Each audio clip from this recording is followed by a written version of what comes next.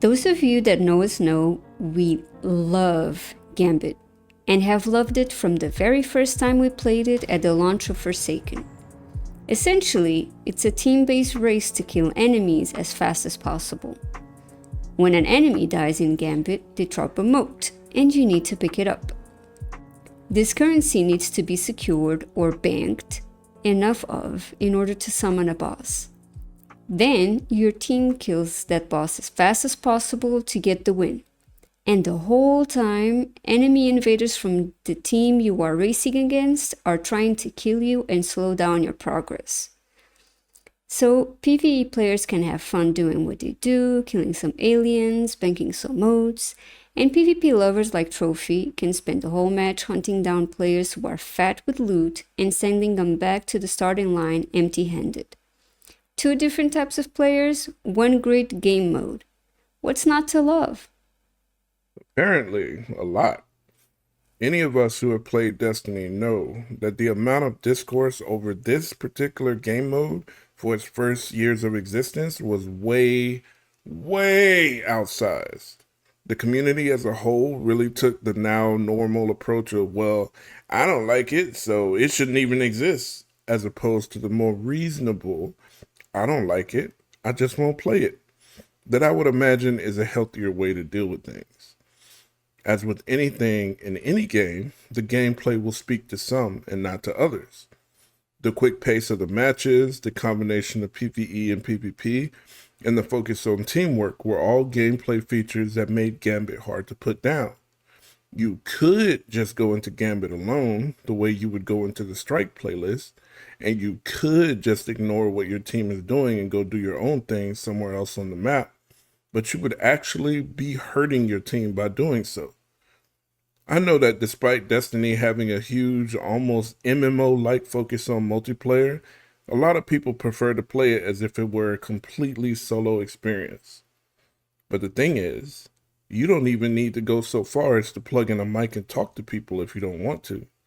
The level of communication asked of you in regular Gambit is not that deep. All you need to do is go where your teammates go, shoot at the same enemies they're shooting at, and when you hear the blaring alarm that an invader has appeared somewhere on the battlefield, help your teammates to find and fight them. Easy. Some would say thrilling even.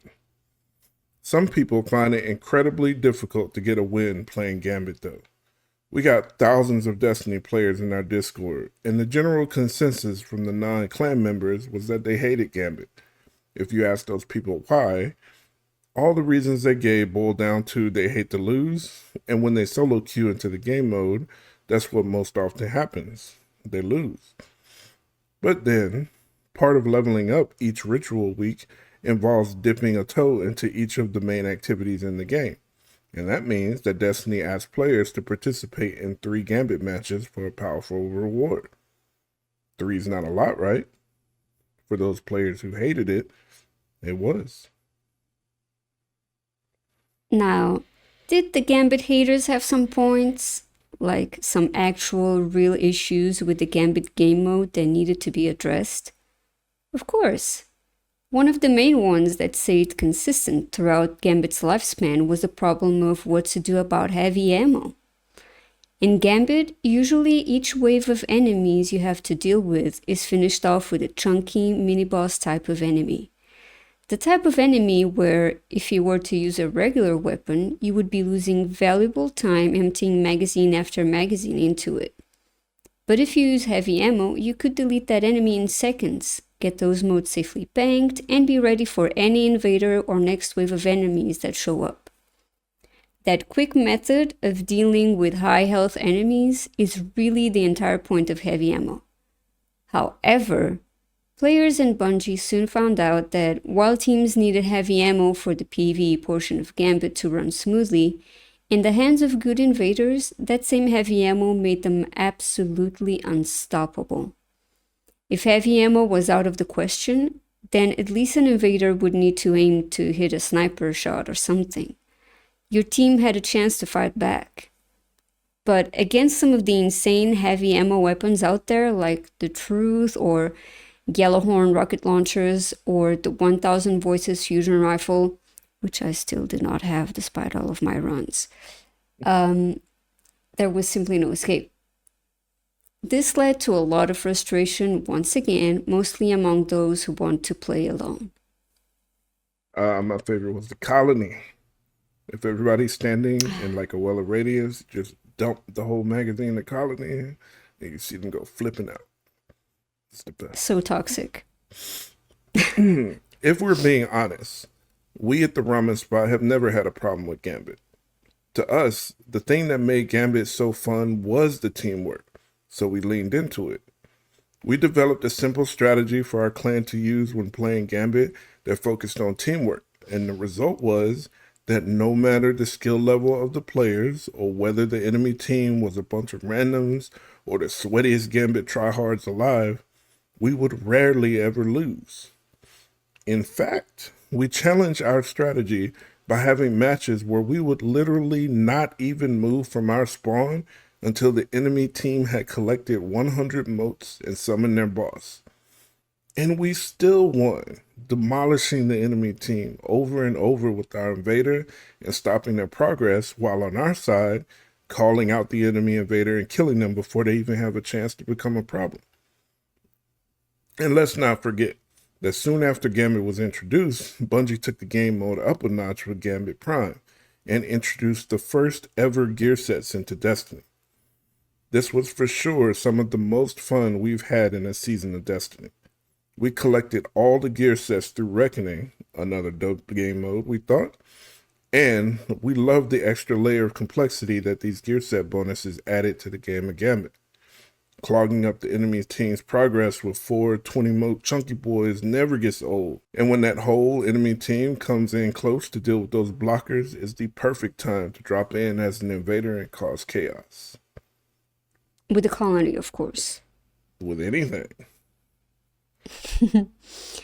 But sadly, it wasn't meant to be. Gambit never got a ton of support, as Bungie was focused on addressing the many, often contradictory issues that players had with the game mode. It only had a handful of maps, and due to player outrage, 2 of those were removed, leaving only 4 maps to support the game mode for years.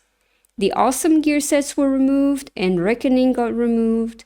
Even the unique gear and weapons were removed, leaving Gambit to slowly fade from relevance with no new content to sustain it. But we stand by our take that Gambit was one of Destiny's best gameplay ideas and should be allowed to live again in a theoretical Destiny 3. And we are talking about full-on Gambit Prime with gear sets and proper development support and regular updates and everything. We acknowledge that a lot of players don't like it, and we think that is fine. Not everyone's going to like everything, and playing it should not be a requirement, so just play it if you want. We think that it may be Destiny's most chill activity, and it'll be the thing we are low-key most excited for when Destiny 3 is announced. After all, chilling in Gambit, relaxing with friends for hours on end in a party chat, is how Trophyy and I met in the first place. A little known bit of Ramen Spot lore for those who stuck around till the end. Wink wink. You guys know what to do.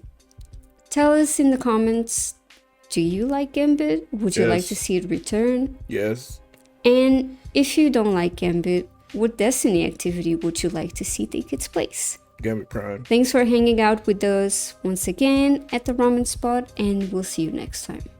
Should rename it the Gambit Spot. Yes. All right. Bye. Bye.